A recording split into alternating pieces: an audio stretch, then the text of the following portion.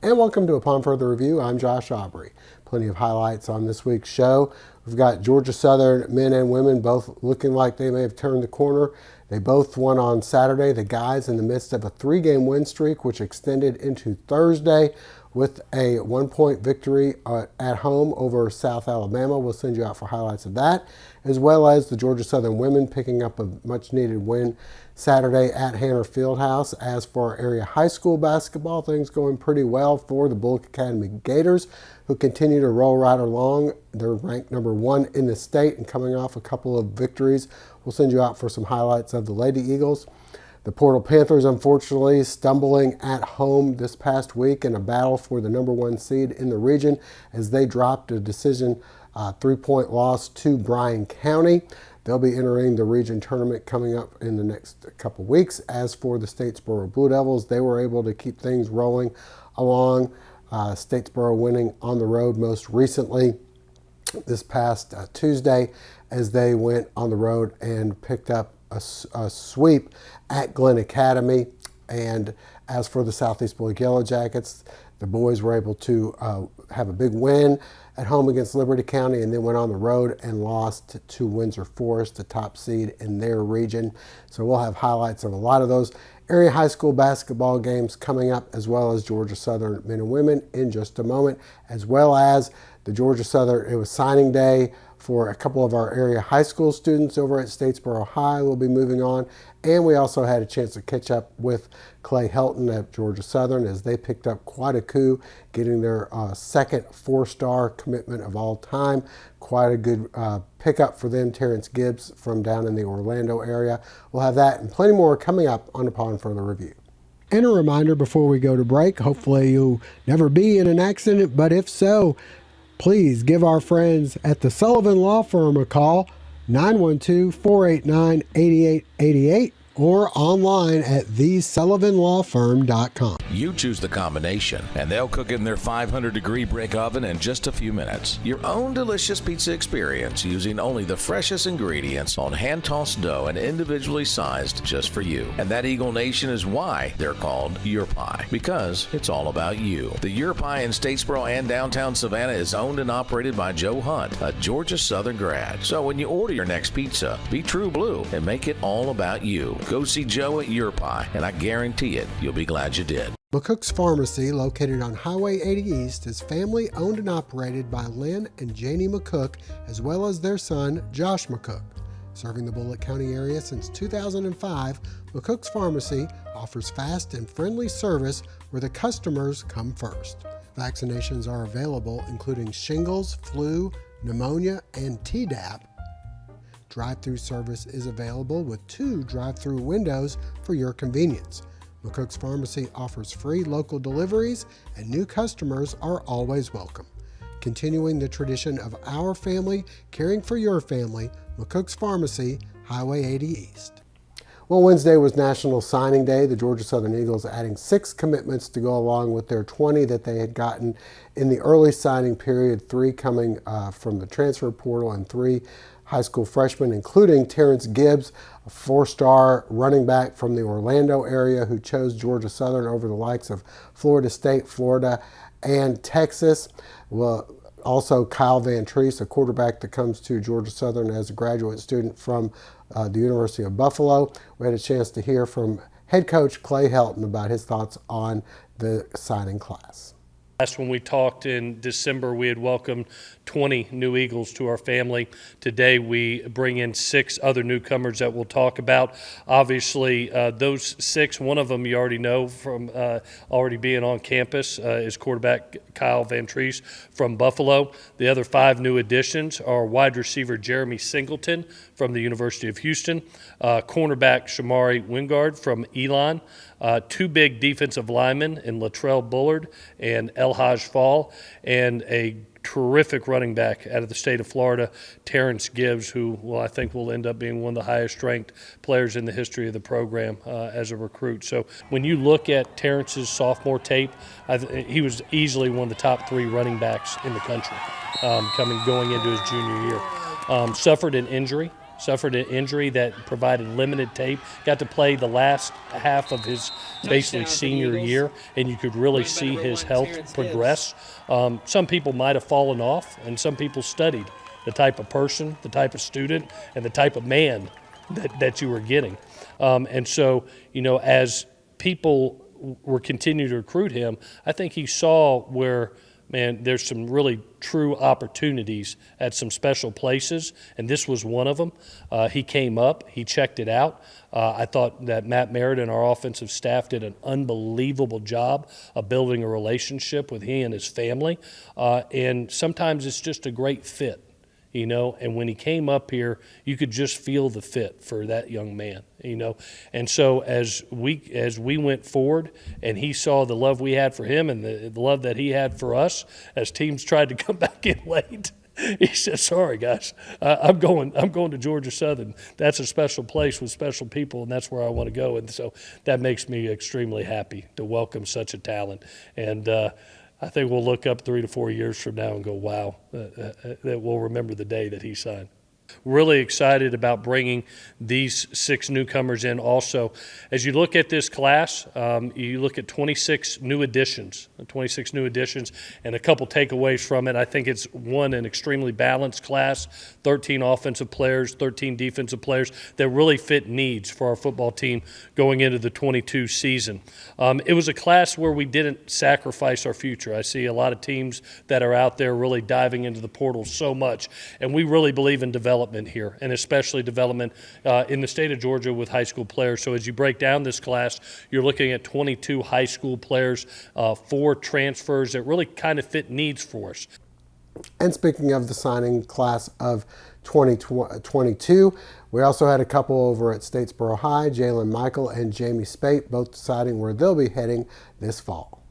I'm feeling great. This is a great opportunity for me coming up, growing up, just everything I've been through. And I chose GMC because I felt like that was like where I needed to be, and it felt like home. So I felt like that was the route I needed to take. I know they get a lot of players out to the next level where they want to be at, and they just try to like develop players and get them where they want to be. So I think that's good for me. I really was weighing down my options, visiting the schools, seeing which ones felt more like home. So I went to Savannah State this past weekend, and it just felt, as soon as I got there, it just felt like home. So I just made that decision to go and commit that weekend, and I just signed today. Just a blessing, huge blessing. I don't thank everybody. Thank my mom, my dad, thank God, thank my coaches, and just everybody that helped me come and do this far. It's a lot of us. My buddy Christian, he's over at SEB. He's down there with me. Got a few more guys from Effingham. Kyrie Wallace, he's gonna be a good wide receiver for us. Offensively, we're gonna be good, and defensively. So just got to put in the work down there. I think like 3 more running backs, and so it's gonna be tough.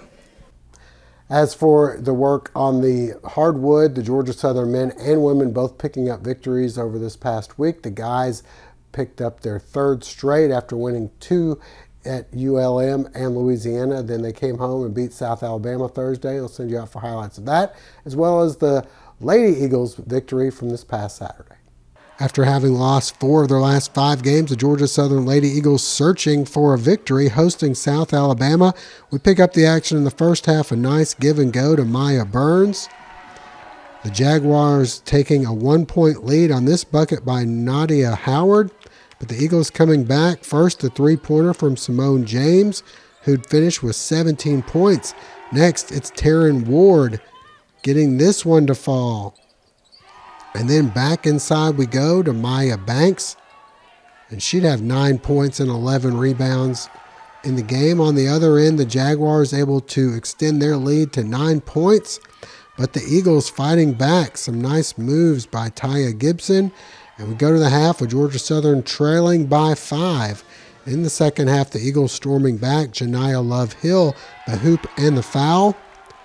And then to Banks we go. And then Banks turns and fires, getting this one to fall. Taryn Ward with a big game. She'd have 17 rebounds to go along with 19 points. Banks then the cross-court pass to James, who was a perfect 4 for 4 from the three-point line. James then feeding Lydia Freeman inside. The Eagles take a 3-point lead. The Jags come back to cut the lead to 1 on the three-pointer by Mahogany Vaught. Georgia Southern answers Taryn Ward, the baseline jumper. Eagles up by 4, and then they go back inside to Lydia Freeman for 2 more. To the fourth quarter we go. Georgia Southern up by 2. Deja Holmes with the 3. And then James drives in for the layup. The Eagles back up by 4. Back to James we go off a nice look coming up right here. And Georgia Southern wins 77-69. Georgia Southern hosting South Alabama. Andre Savrasoff starts things off with the dunk, and then Getty Usapaitis open in the corner for 3. Eagles by 15 at the half. Second half, and it's Kamari Brown going in for the jam, and then time winding down. Caden Archie gets this one to fall. Georgia Southern up by 1. South Alabama looking for the lead. The three-pointer off the mark, and then a jump ball. Georgia Southern takes over. All they have to do is get it in, which they do, throwing it down deep into their own court. And the Eagles hold on in front of a good crowd to win 58-57. All right, stay with us. Coming up next, we'll hit the high school hardwood. Family Internal Medicine Associates of Statesboro, providing primary care for Statesboro area patients since 1998, providing complete physicals, complete sports physicals, Medicare wellness exams, full diabetes treatment, and education from lifestyle changes to oral medications to insulin pump therapy, in-house dermatology, in-house circulation tests, and ultrasounds, and in-house labs. Featuring nurse practitioner Melissa Beasley, Family Internal Medicine of Statesboro can accommodate same-day or next-day appointments to serve your needs. Family Internal Medicine Associates of Statesboro, where we care. At Badcock Home Furniture and More, we know what it means to find the perfect fit. The feeling of surprise. That just right moment of delight. It's what we see every time a family finds their priced right style and snuggle perfect comfort. Because for us, home isn't simply where you live, it's how you live. Badcock Home Furniture and More. Just right. Well, area high school basketball teams wrapping up the regular seasons and getting ready for region play. We had the Statesboro Blue Devils in action this past week. Among the games they were playing, they were at home against Swainsboro. Then on Tuesday, you had Bulloch Academy in action as they were hosting Frederica, and the Portal Panthers hosting Bryan County. I'll send you out for some of those highlights. The Statesboro Blue Devils hosting number 2 ranked and undefeated Swainsboro. First half action, and Demia Hartwell, the hoop and the foul. Next, inside, and Alyssa Staten stays with this one. Hits the off-balance shot. Swainsboro tries to keep it close. Jaden Wynn off the backboard, but the Blue Devils in control. Rhea Johnson off the glass herself for 2. Hartwell then to Staten, showing her range. Just inside the three-point line. Blue Devils up 26-20 at the half. They'd pull away in the second half. Madison Lee going strong to the basket. Next, Johnson off the mark, but staying in there as Staten gets the ball and the rebound and put back. Staten has 17 and 15 boards. Hartwell then dialing it up from three-point line. Staten another rebound and put back. Madison Lee then pulls up and knocks down the jumper after another Staten basket. Here goes Lee just inside the three-point line. And finally, it's Hartwell again. Statesboro wins 58-34. Heading over to the boys' game, and Albert Michael will start things off hot from behind the three-point line as he hits from up top. Tim Taylor then the hook shot off the backboard for 2. Michael again from deep hits the three-pointer. Albert Michael on fire. Another long one falls. Then it's Cam Michael driving in strong for two. Jarquez Harper going in for the layup. And then Tim Taylor will throw down the one-handed jam. Statesboro up. 3-2-1. Statesboro up by 20 at the half. Second half, more of the same. Ja'Cory Hill goes in.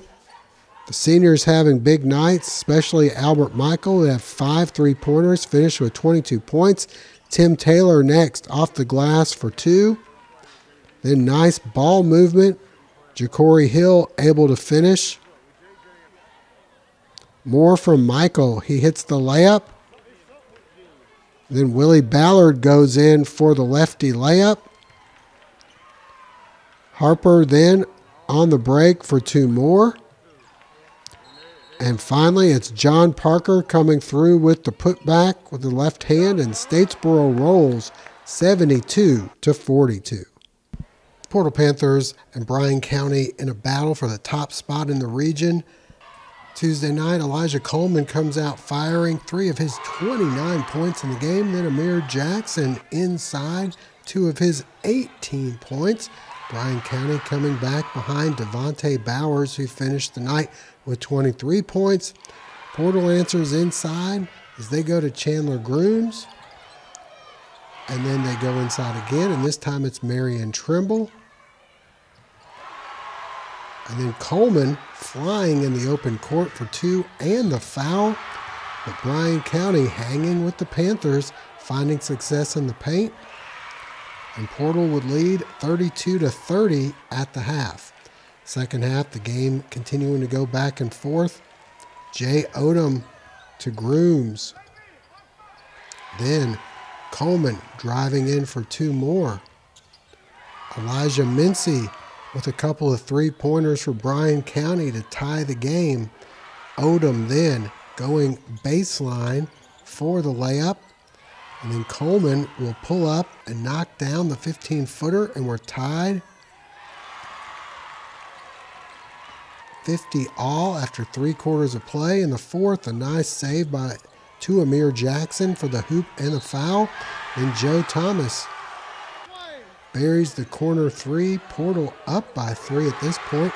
Jackson continues to give Portal a 3-point lead as he hits this one in the lane. But Bryan County responds again behind Bowers. He'll go in off the glass. Thomas hits another 3-pointer. And then inside, Jackson, the hoop and the foul. Coleman then pulls up to give Portal a 67-64 lead. But again, Bryan County and Bowers coming back later. Up 1, the steal. Coleman goes up for the block, but Jamal Campbell, the rebound, put back and foul. And Bryan County wins 73-70. Bulloch Academy hosting Frederica. This one, all Gators on the break. Nice pass to Armani Cook. Then off the rebound, Ashante Noble with the putback. Frederica trying to hang around in the first quarter, but the Gators pulling away. Sophie Strickland to Sarah Ellis. And then it's Ellis off the steal. She'll go all the way in for the layup. Next, Strickland inside to Armani Cook for 2 more of her 24 points. And then Cook with the steal, and she cruises all the way in. Later off the inbounds play, it's Mary Mack Powell going in for 2. And then inside we go again to Noble. 2 more of her 20 points. Casey Ricketts on senior night getting the friendly bounce. And then it's Ricketts pulling up for 2 more. And finally, Noble will drain the 3 from the top of the key as the Gators roll 86-20. Battle of Bulloch County, Southeast Bulloch at Statesboro. Daisy Davis header off the goal post. A little later, Veronica Pacheco tries, but a nice save in the goal. The Jackets finally get on the board. Kaylee Haas ahead to Daisy Davis, who boots this one into the back of the net, and it's 1-0 Southeast Bulloch. Still in the first half, looking for more off the corner. Davis to Kaylee Moore, who fires, and this one deflected in for the goal, as the Jackets will take a 2-0 lead.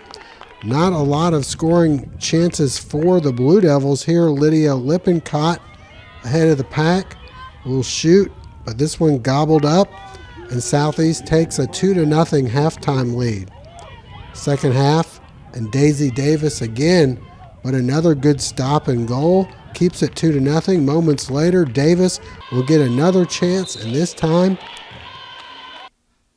she scores off the post, and Southeast wins 3-0. Keeping up with the games, we head over to the boys' game, and Statesboro scoring early off a nice pass. Nassim Edwards tracks it down, and he's able to get this one past the diving keeper, and it's 1-0. A big night for Edwards, and moments later, after a great through ball, he gets it and puts it in as the Blue Devils open up a 2-0 lead, which would go into halftime, second half. And after a penalty, it's a PK for Lane Preston. He puts this one in, extending the lead to 3-0. Edwards will then tap this one over to Luke Waters, who scores and gives Statesboro a 4-0 lead. They weren't done. Gavin Jackson, the nice pass ahead to Carlos Zambrano, who tracks it down, and he fires with the left foot for the goal. And finally, Chris Desiderio will find Edwards again, and he finishes off the hat trick with his third goal, and Statesboro wins 6-0 the final. That'll wrap things up for now. We thank you for joining us. Hope to see you again next week.